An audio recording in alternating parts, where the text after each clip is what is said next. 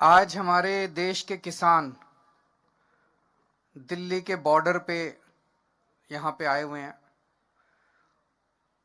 देश का किसान आज बहुत दुखी है। देश के किसान पे मुसीबत आई हुई है। इस टाइम हम लोगों को भी कितनी सर्दी लग रही है। एक जैकेट पहन रखी है, एक स्वेटर पहन रखा है, अंदर इनर पहन रखा है, मफलर पहन रखा है। आप सोचो, रात को जब इतनी ठंड हो जाती है, खुले आसमान के नीचे सड़क के ऊपर हमारे किसान भाई, माताएं, बच्चे पिछले 32 दिनों से सोने को मजबूर हैं। आखिर क्यों? सोच सोच के भी दिल कांप उठता है। 40 से ज्यादा लोगों की शहादत हो चुकी है यहां पे। आज इस मंच के जरिए इतने पवित्र स्थान पे, इतने पवित्र मौके पे मैं हाथ जोड़ के केंद्र सरकार से अपील करता हूं। ये अपने ही लोग हैं, हमारे ही लोग हैं, हमारे भाई हैं, हमारी बहनें हैं, हमारे बुजुर्ग हैं। ये अपने ही देश के लोग हैं। इनकी बातें सुन के, इनकी मांगें पूरी करके वो तीनों कानून वापस ले लो और इन लोगों के संघर्ष को यहीं खत्म करो। अब और कितनी शहादत लेना चाहते हो आप? पता नहीं किस किस तरह की बातें की जा रही हैं। तरह तरह से ये सभी सरकारों का एक तरह से हथियार होता है। मेरे को याद है जब अन्ना आंदोलन में हम लोग बैठा करते थे, हमें भी बदनाम किया जाता था। आज किसानों को कहा जा रहा है आतंकवादी हैं, किसानों को कहा जा रहा है राष्ट्रद्रोही हैं। अरे किसान आतंकवादी हो गए और किसान राष्ट्रद्रोही हो गए तो तुम्हारा पेट कौन भरेगा? तुमको रोटी कौन देगा उसके बाद? 70 साल से किसानों को, अपने देश के किसानों को सबने धोखा दिया।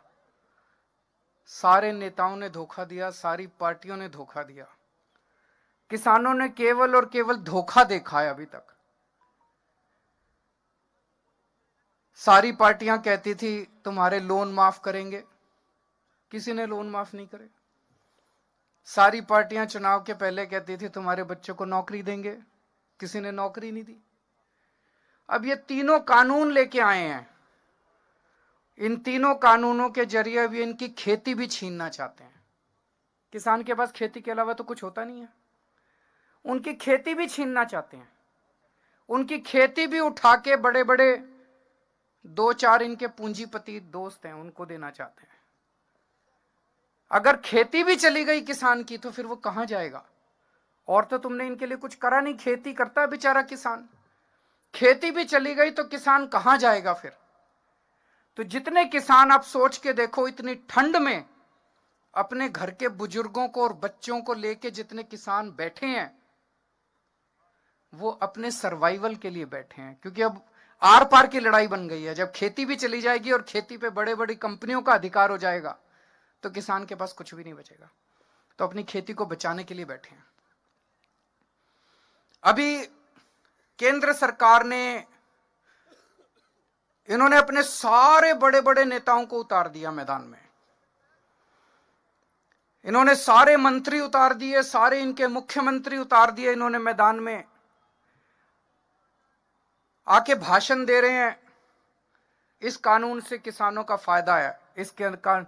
मैंने इनके सारे भाषण सुने। अभी तक मेरे को एक भी नेता इनका नहीं मिला जो इस कानून का एक भी किसानों को क्या फायदा होगा ये बता सके।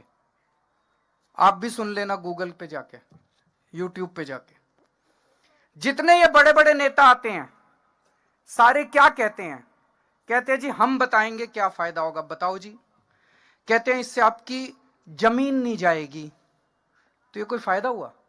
जमीन तो है ही आज हमारे पास। इससे आपकी एमएसपी नहीं जाएगी तो ये कोई फायदा हुआ? इससे आपकी मंडी नहीं जाएगी, ये कोई फायदा हुआ? तो फिर कानून क्यों लाए हो? कानून फाड़ के फेंक दो। आज भी नहीं गई, कानून फाड़ के फेंक। तो इनको कोई फायदा नहीं बता रहे, वो कह रहे कोई नुकसान नहीं होगा, किसानों का कोई नुकसान नहीं होगा। तो फायदा किसका होगा?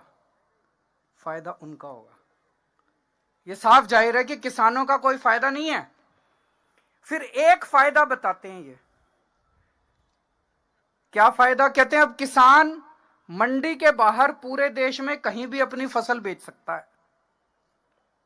बताओ जी कहां बेचें?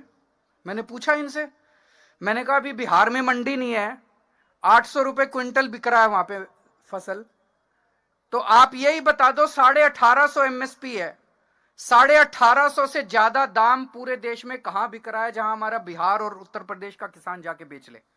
कोई जगह बता दो। मंडी के बाहर तो आधा दाम मिल रहा है, मंडी के बाहर तो 50% दाम भी नहीं मिल रहा। तो ये तो कोई फायदा नहीं हुआ। तो फायदा एक भी नहीं बता पा रहे ये लोग किसानों को। फायदा केवल और केवल पूंजीपतियों को है। केवल तो आज पूरा देश दो भागों में बटा हुआ है। एक वो लोग हैं, कुछ लोग हैं जो उन पूंजीपतियों को फायदा पहुंचाना चाहते हैं करोड़ों किसानों का नुकसान करके।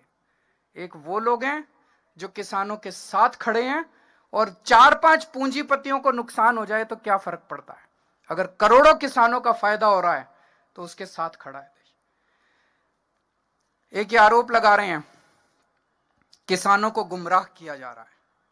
मैं आज यहां से चैलेंज करता हूं, मैं चैलेंज करता हूं केंद्र सरकार अपने सबसे बड़े, जिसको भी इसका पता है वो आ जाए, और हमारे किसानों के नेता आ जाएं और पब्लिक में डिबेट कर लें दोनों को, किसको ज्यादा जानकारी है। कहते हैं किसानों को जानकारी नहीं है, किसान बता देंगे।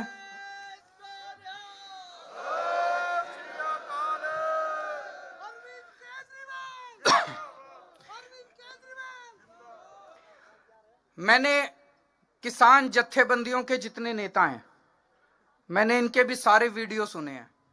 इतने शानदार तरीके से आपको संविधान समझा देते हैं। इनको सारा संविधान पता है, इनको सारा कानून पता है। मुझे पूरा यकीन है जितना इनको पता है उतना तो इनके मंत्रियों को भी नहीं पता होगा।